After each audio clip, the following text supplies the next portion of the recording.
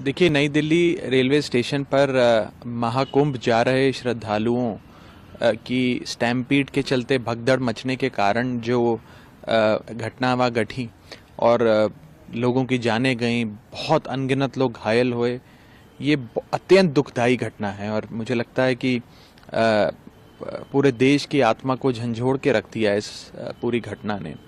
मैं सबसे पहले तो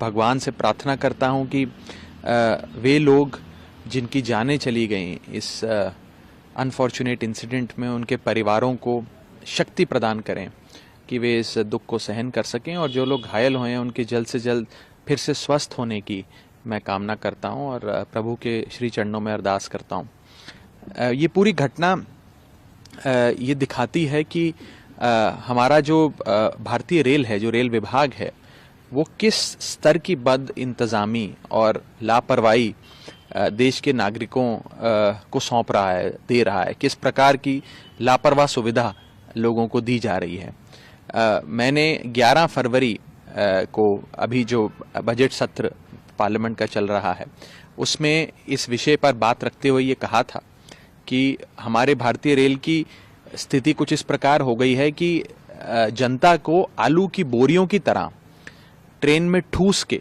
लाद के भेजा जाता है, और कहीं ट्रेन में शौचालय में भी अगर बैठने की जगह, आपको खड़े होने की जगह मिल जाती है तो यात्री अपने आप को भाग्यशाली समझता है। और हमारे इस देश का भोला भाला आदमी को भेड़ बकरियों की तरह ही लाद कर रेलवे स्टेशन पर, ट्रेन के डब्बों में चढ़ाया जाता है। और ये पूरी एक अव्यवस्था और लापरवाही जो बन चुकी है, हर रेलवे स्टेशन पर इसी प्रकार के कुछ दृश्य आपको नजर आएंगे। ये बहुत चिंताजनक है। और खास तौर पे महाकुंभ से संबंधित विषय पे बात करते हुए मैंने संसद भवन में बात रखी थी कि प्रयागराज और उसके आसपास के कई सारे रेलवे स्टेशंस को क्राउड मैनेजमेंट ना करने की वजह से, ना ठीक से होने की वजह से भारतीय रेल को बंद कर देना पड़ा।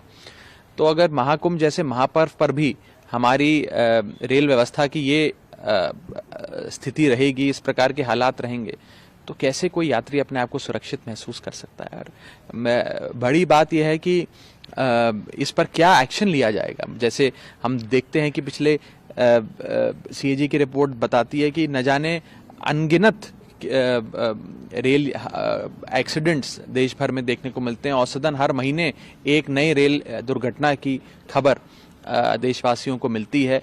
तो उसमें कितनी अकाउंटेबिलिटी फिक्स करी जाती है, कितनी रिस्पॉन्सिबिलिटी फिक्स करी जाती है, किसके खिलाफ एक्शन लिया जाता है इस लापरवाही और बद इंतजामी के चलते। तो इन सारे विषयों पर मुझे लगता है कि सरकार को गंभीरता से सोचना चाहिए, कार्रवाई करनी चाहिए।